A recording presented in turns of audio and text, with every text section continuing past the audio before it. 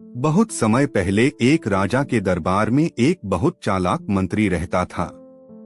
वह हर समस्या का समाधान रखता था और राजा कोई भी बड़ा निर्णय लेने से पहले उसकी सलाह अवश्य लेता था। इससे दरबार के अन्य लोग उससे ईर्ष्या करने लगे। एक दिन राजा ने मंत्री से कहा, तुम तो बेजोड़ हो, लेकिन तुम्हारा बेटा बेहद बुद्धिहीन लगता है।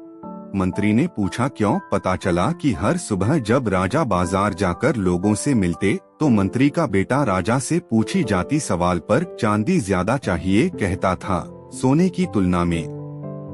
दरबार वाले उससे खूब हंसे। घर वापस मिनिस्टर ने बेटे से पूछा कि असल में क्या कीमती है।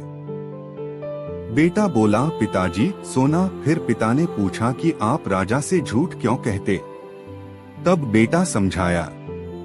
राजा रोज उसे 2 सिक्के दे देते, एक सोने का, एक चांदी का, और पूछते कौन सा बड़ा है। यदि बेटा सही जवाब दे दे कि सोना अधिक मूल्यवान है तो राजा यह सवाल फिर उनसे नहीं पूछेंगे।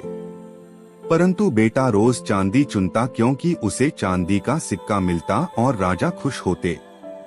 इस तरह वह रोज थोड़ा सा चांदी इकट्ठा करता रहा। उसने समझा कि कभी कभी बुद्धिमत्ता चुपचाप फायदे लेने में ही है।